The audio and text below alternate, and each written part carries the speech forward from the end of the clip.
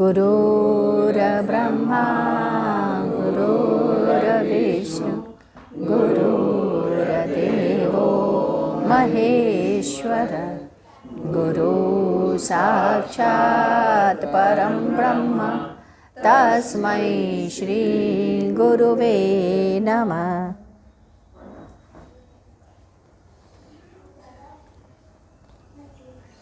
अब आइए हम लोग आगे की तरफ पढ़ते हैं। गुरुदेव एक घटना का संस्मरण सुनाने लगे। हम सब सुन रहे थे। उन्होंने कहा कि एक बार वे स्वयं और उनका एक साथी मिस्टर बोस, एक बंगाली मित्र, समस्तीपुर से बनारस के लिए आए। स्टेशन पर दोनों व्यक्ति ट्रेन का इंतज़ार कर रहे थे। दोनों ने एक दूसरे से यह नहीं पूछा कि टिकट लिया है कि नहीं। उन्होंने समझा कि गुरुदेव ने ले लिया होगा और इन्होंने समझा कि मिस्टर बोस ने टिकट ले लिया होगा। परिणाम स्वरूप किसी ने आपस में जानकारी ही नहीं प्राप्त की। उस वक्त जयंती जनता जो गाड़ी थी वह आई और दोनों ही उसके ऊपर बैठ गए। गाड़ी चल दी। मिस्टर बोस ने गुरुदेव से पूछा, गाड़ी मुगल सराय तक ही जाएगी? उन्होंने कहा, हाँ, कैंट तक जाएगी। उन्होंने पूछा, तुमने टिकट तो मुगल सराय तक का ही लिया होगा? तब इन्होंने कहा, मैंने कहाँ टिकट लिया है। अब रहस्य खुला कि मिस्टर बोस ने भी नहीं लिया और उन्होंने भी नहीं लिया। अब क्या था? मिस्टर बोस बहुत घबराए। तुम्हारे साथ चलना ही है, विपत्ति को मोल लेना। तमाम बातें वे कहने लगे और कुछ ज़्यादा घबरा गए। इतने में टीटी चेक करने आया। अब मिस्टर बोस कहने लगे, अब तो जेल जाना ही पड़ेगा। गुरुदेव ने कहा, शांत होकर बैठिए, कुछ नहीं होगा। लेकिन मिस्टर बोस को ध्यान तो केवल टीटी पे ही लगा हुआ था कि टीटी आया। और टीटी आया भी, लेकिन इनकी तरफ चेक करने नहीं आया। गाड़ी आगे बढ़ी। अब दानापुर में टीटी बदल गए। अब दूसरा टीटी आएगा। मिस्टर बोस फिर घबराए, अब तो हम लोग नहीं बचेंगे, तुम्हारे ही कारण जेल जाना पड़ेगा। लेकिन इस बार भी टीटी आया और उनकी तरफ चेकिंग करने नहीं गया, जबकि इन लोगों ने अपना स्थान बदल दिया, लेकिन फिर भी टीटी उनके पास नहीं गया। अब गाड़ी वाराणसी कैंट पहुंच गई।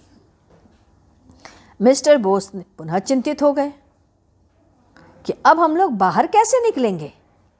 गुरुदेव ने कहा, आप सिर्फ मेरे पीछे पीछे चलिएगा।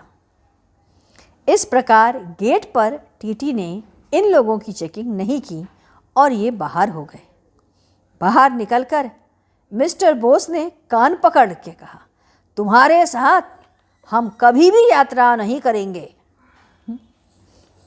इसी प्रसंग पर एक दूसरी घटना कहने लगे कि एक बार हम लोग लाल बाबा के आश्रम माने ध्यानपुर से वापस आ रहे थे।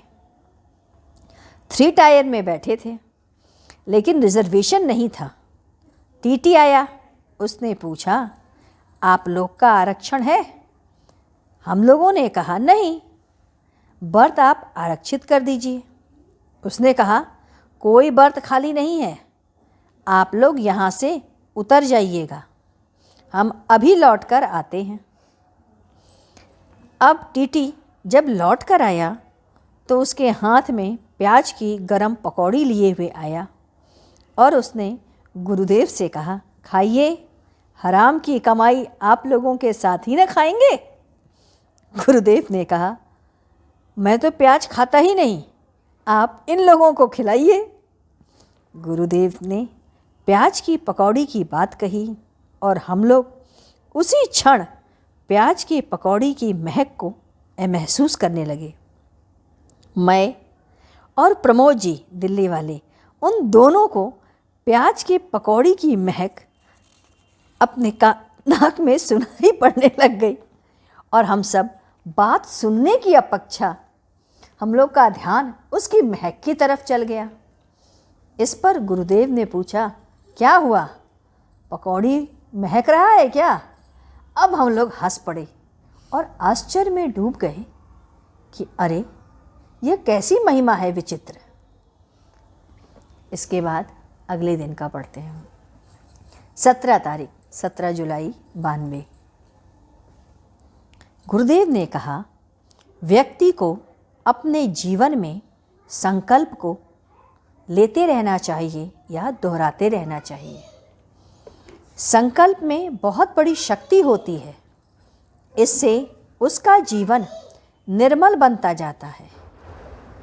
इसी पर गुरुदेव ने एक घटना याद बताई कि हरिश्चंद्र डिग्री कॉलेज के प्रिंसिपल मिस्टर के शाह के समय एक लड़का झारखंडे नाम का आया था। वह इंटर में 3rd डिवीज़न किया। प्रवेश समाप्त हो चुका था। उसने प्रिंसिपल से प्रार्थना किया और कहा कि सर, मेरा प्रवेश आप ले लीजिए। प्रिंसिपल ने कहा, प्रथम तो तुम 3rd डिवीज़न पास हुए हो, दूसरे हमारे यहाँ सीट भर चुकी है, मैं प्रवेश नहीं कर सकता। उसने कहा, सर आप मेरा प्रवेश ले लीजिए। मैं ये वादा करता हूँ कि यदि बीए में मैं प्रथम श्रेणी में उत्तीर्ण नहीं हुआ तो मैं अपनी पगड़ी उतार करके चला जाऊँगा। वह पगड़ी पहनता था। यह बात उसने कई बार बार दोहराई। प्रिंसिपल कुछ सोच में पड़े और उसका प्रवेश ले लिया। उन्होंने कहा, तुम इंटर में प्रथम क्यों नहीं आए? तो उसने कहा, सर कुछ मजबूरी थी, मैं विवश था, लेकिन आपको विश्वास दिलाता हूँ कि मैं बीए में प्रथम अवश्य आऊँगा और नहीं आया तो मैं अपनी पगड़ी उतार दूँगा। और वह बीए पढ़ने लगा। दिन बीतते गए, समय बीता। बीए के प्रथम वर्ष परीक्षा हुई। प्रिंसिपल ने झारखंडे को बुलाया और पूछा, तुम्हें याद है ना? उसने कहा, हाँ सर याद है। बीए के प्रथम वर्ष में वह प्रथम श्रेणी से उत्तीर्ण हुआ। द्वितीय वर्ष प्रारंभ हुआ। परीक्षा होने के पहले प्रिंसिपल ने पुनः झारखंडे को बुलाया और याद दिलाया। उसने कहा, याद है सर। परीक्षा हुई और वह प्रथम श्रेणी में उत्तीर्ण हुआ। मार्कशीट लेने के लिए झारखंडे जब प्रिंसिपल के पास आया तो प्रिंसिपल का चरण स्पर्श किया और उसने प्रिंसिपल को याद दिलाया। उसने कहा, मैं झारखंडे हूँ सर, आपके आशीर्वाद से मैं बीए में प्रथम श्रेणी से उत्तीर्ण हुआ। उनको याद आया कि तब उन्हें प्रारंभ से वह घटना याद आई। उन्होंने उसे बैठाया और पूछा, तुमने यह नहीं बताया कि इंटर में ऐसी क्या मजबूरी थी? उसने कहा, सर जब मैं इंटर की परीक्षा देने जा रहा था तो मेरी माँ की हत्या कर दी गई। पिता ने कहा, तुम्हें परीक्षा देने तो जाना ही होगा। मैं प्रत्येक परीक्षा देने के बाद अपनी कलम से अपने हाथ में छेद कर देता।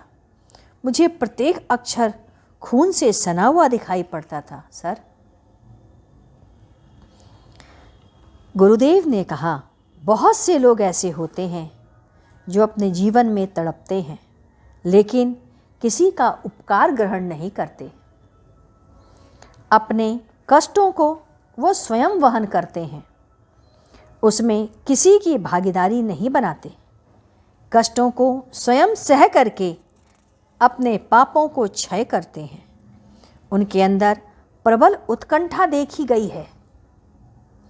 इसी सिलसिले में उन्होंने एक घटने का वर्णन किया। वह घटना हम लोग आगे पढ़ेंगे। आइए गुरु कीर्तन करते हैं।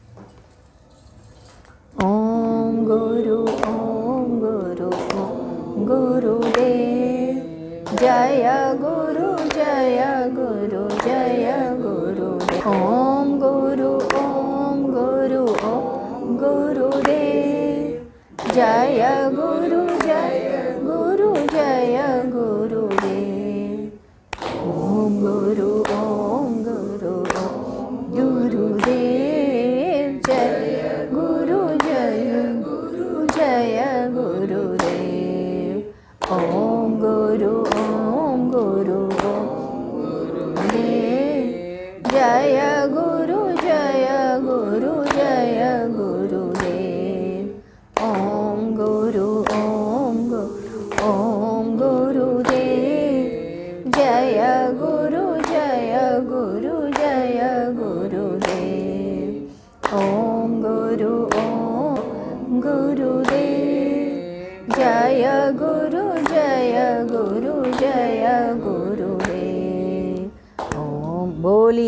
सद्गुरुदेव महाराज की जय।